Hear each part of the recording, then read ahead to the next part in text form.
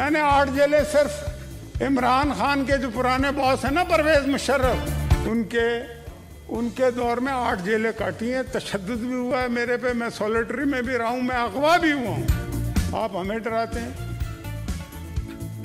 क्या शेख मिलेगा तुझे गुलफिशानी करके, और क्या पाएगा तू तौहीन जवानी करके। और तू डराता है उन्हें आतिश दोज़ख से जो आग को पी जाते हैं पानी करके। तुम हमें जेलों के धमकियां देते हो, डालो जेलों में, जिस मर्जी को डालना डालो, लेकिन मुझे आपके आंसू अभी से नजर आ रहे हैं। जिस दिन आपको जेल में जाना पड़ा, आपने रोना है, और आपके आंसू पोंछने वाला कोई नहीं होगा। फिर हम में से ही होगा, मैं हूँगा इंशाअल्लाह। ये परवेज रशीद होगा, ये रजा रब्बानी होगा। ये ऐसे लोग, मार खाए हुए लोग किसी को तकलीफ नहीं देते। मार खाए हुए लोग कभी किसी को तकलीफ नहीं देते, उनका काम ही आंसू पोंछना है।